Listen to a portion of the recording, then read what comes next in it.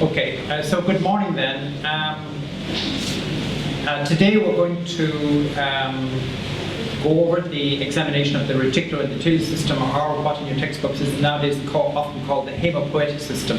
It involves two main, what we call areas, blood and what we call lymph nodes.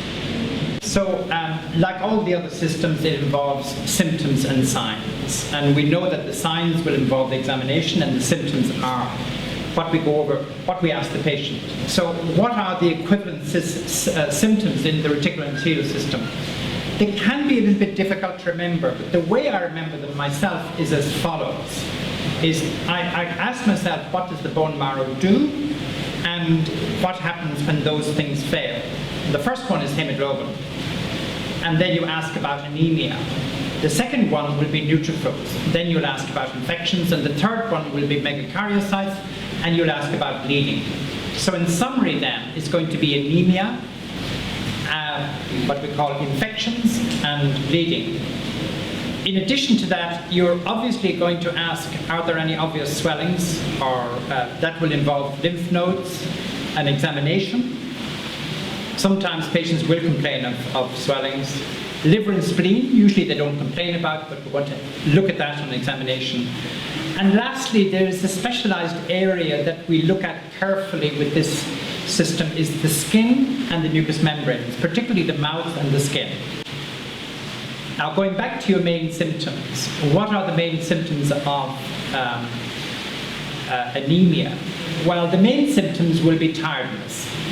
Just tiredness. And if it gets severe, of course, it will involve increasing dyspnea on exertion, and maybe the symptoms of congestive cardiac failure. That's only in severe circumstances. But generically, a patient with anemia will complain of tiredness, and the consequences of anemia, often shortness of breath, exercise intolerance, and maybe finally symptoms of congestive cardiac failure. Bleeding. Bleeding can be internal or external, so you often have to ask the patient, was there any obvious blood loss, either, for example, in your bowel, or some patients present with nosebleeds. And then, is there any history of obvious bleeding to the skin? Does the patient notice anything on their skin? Sometimes the bleeding is in the mouth when it's on the mucous membranes, only when they eat. Infection, really the infection can involve any organ. So the red flags will appear with all the main organs. For example, in skin, it may be just boils or skin infection. In the respiratory system, one thinks of pneumonia less. And of course, sinuses can become infected. Gastrointestinal tract, you think of enteric infections. And of course, going up to the brain, you think of meningitis. These are all presenting complaints of disorders affecting what we call the hemopoietic or the reticuloendothelial system. If you're trying to work these symptoms out, if you think of a patient with leukemia, the presentations can be very dramatic in all three areas combined. So in summary then, the symptoms that one asks about tend to be in those three main areas. I'll repeat them again: anemia, infection, and hemorrhage.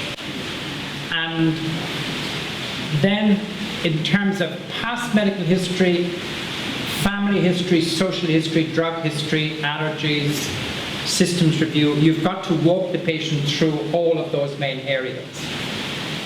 Now specifically, in terms of the hemopoietic system, that can be a little bit difficult with past medical history because there may not be anything specific in it.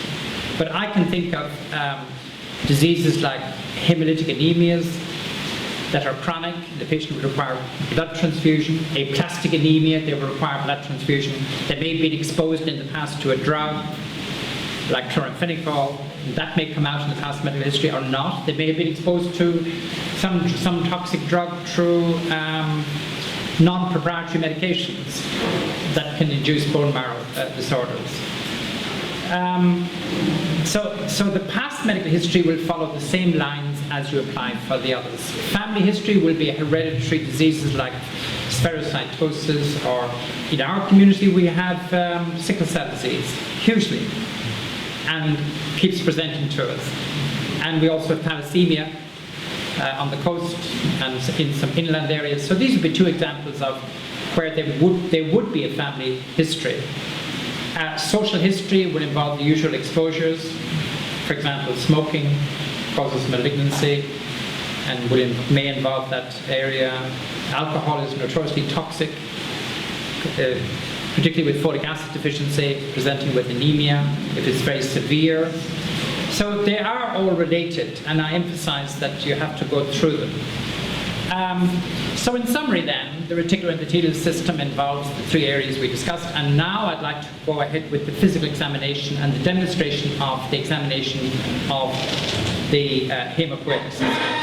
The examination of the reticuloendothelial system is going to involve three main areas. One are lymph nodes, two will be liver, spleen, which you are used to from the other systems, and the last one is skin and mucous membranes, because that's where we see some of the evidence of diseases, particularly in the hematopoietic system. Let's start with lymph nodes. When you mention lymph nodes, you have to begin to think in your mind the main areas of the body that are drained by the lymph nodes. So let's start with the head and neck. Well, obviously, there'll be lymph nodes around the head, there'll be lymph nodes in the neck, and lymph nodes here in this area called the supraclavicular fossa. These will drain that area, and maybe other areas as well. For example, the abdomen will it drains inside into the paraortic nodes, but it drains here into the supraclavicular fossa. And the lower abdomen may drain into the inguinal area.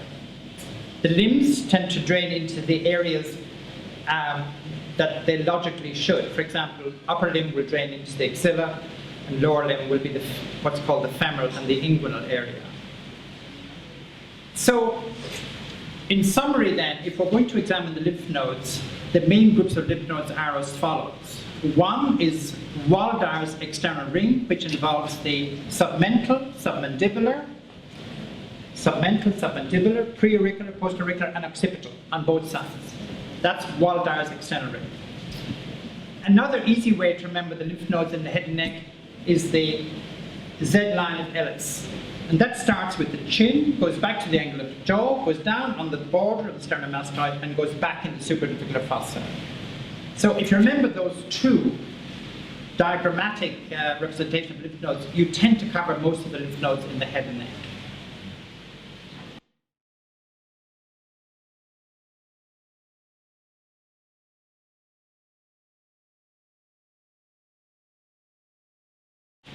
In the axilla, you're going to examine, I call it the house. The medial wall, the lateral wall, the anterior wall, the posterior wall, and the roof or the apex. In the inguinal area, you're going to examine in a straight line from the anterior suprailiac crest down to the symphysis pubis, which is the inguinal ligament, and particularly on the lower border, that's where the lymph nodes are situated. And the femoral area is just situated below the medial part of the inguinal ligament, and the lymph nodes tend to be arranged vertically. Now, coming now to the actual demonstration of the examination.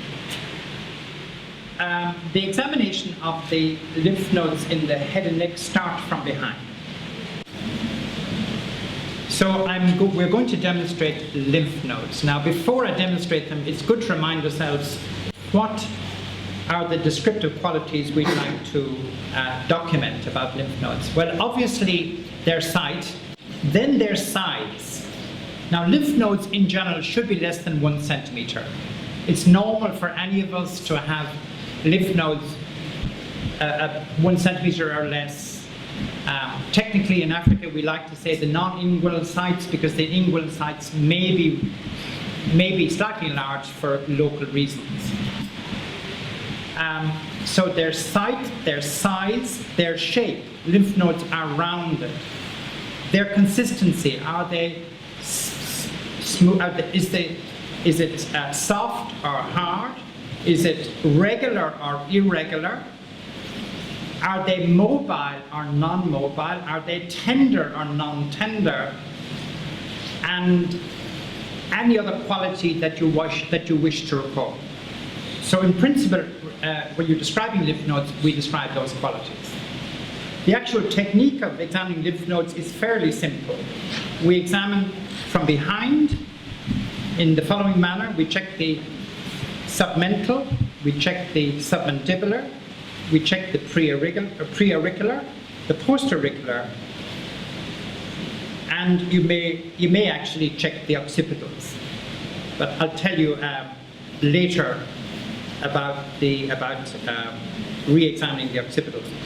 As you go down the cervical nodes, we tend to go down the anterior border of sternomastoid. There are lymph nodes there, and this is the best place to demonstrate them from. Then we go into the supratrabecular fossa, and we find ourselves in the anterior, what's called the anterior triangle, anterior part of it. And here we carefully check for lymph nodes. In my experience, lymph nodes in this area can be large, but they're often deep-seated and can be easily missed unless you carefully palpate for them. We then switch our position to the front.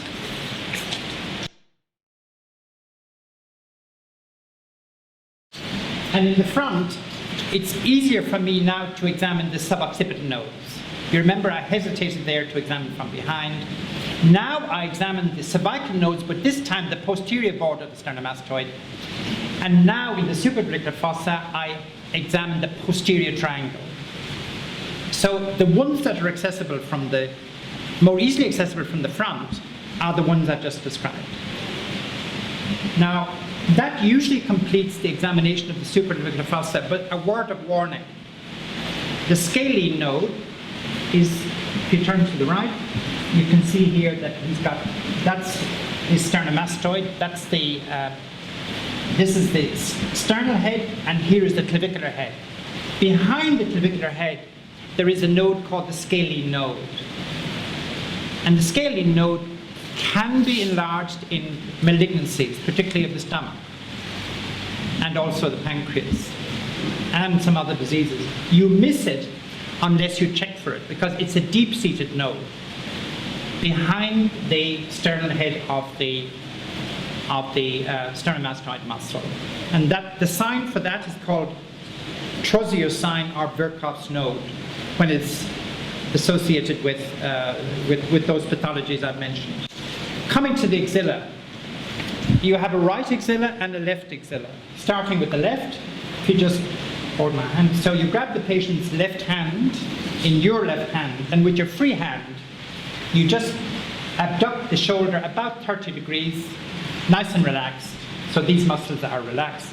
And then you put your hand into the axilla and you just feel the medial wall. And already here I can feel a little non-pathological lymph node. You repeat the maneuver for the, what we call the lateral wall, the anterior wall, the posterior wall, and the apex. Now I'm emphasizing that this has to be done slowly and carefully, because it's very easy to miss a clump of lymph nodes, particularly high up in the apex of the axilla. The maneuver is repeated on the other side with the free hand. Again, relaxing. And here I palpate a medial wall, I palpate a lateral wall, I palpate an anterior wall, posterior wall, and again an apex. And this is where I remind the students that you have to get your fingers dirty here. You've got to go right up in the apex to feel for the lymph nodes. If you don't do it, you may miss some nodes at some stage. The other node that we sometimes check for in the upper limb is called the epitrochlear node. And the epitrochlear node is, if I lift your left hand, it's a small node here that's just above what we call the trochlea, the medial epicondyle, and it may be enlarged in diseases usually associated with systemic lymphadenopathy, for example, lymphoma, leukemia. And some people say the best way to feel it is to put your hand around the forearm and feel with your thumb. in that way, using the free hand. Just like that. And the other side, it'll be the same. And you put your hand around the forearm, and your thumb now overlies what we call the medial epicondyle. Just above it, you feel with your thumb. And if there's a little button or a little small enlarged lymph node, that's the way you feel it. In my experience, I look carefully, and sometimes just using the tips of your fingers, you shouldn't miss it. It's a busy area because you've got your biceps tendon, you've got your ulnar nerve, you've got your biceps tendon, and you've got your brachial artery underneath it, so it is a busy area.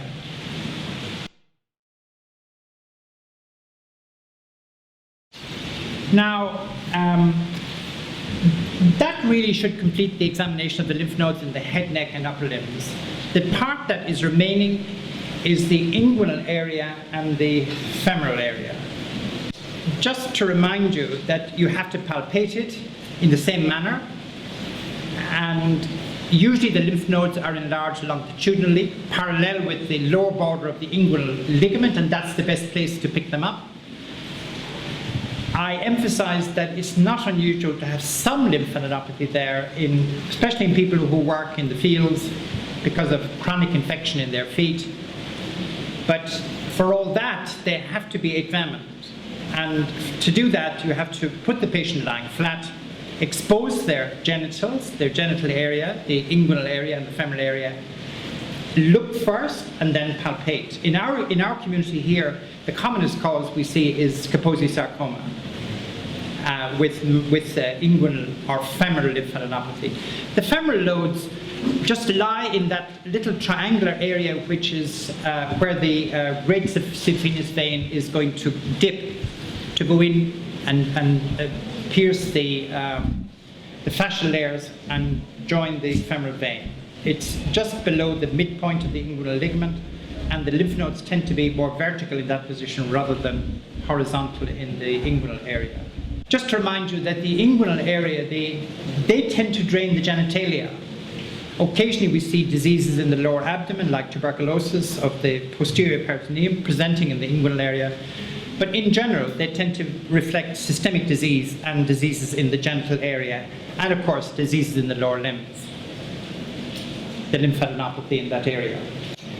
The liver and spleen have been adequately covered in the examination of the abdomen, and I would refer you to that video to look up the technique of examination of the liver and spleen. I'm not going to go over it at this stage again.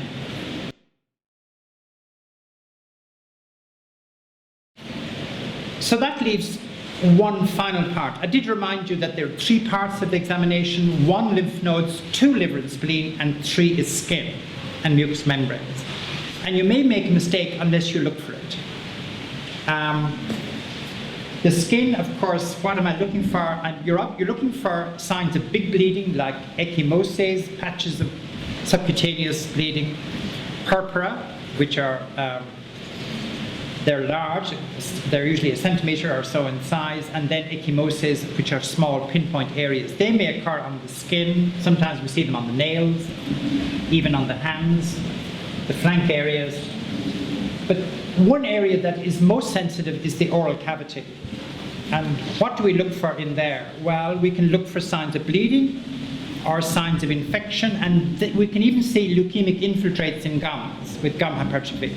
So we do emphasize that the oral cavity is part of the reticuloendothelial system.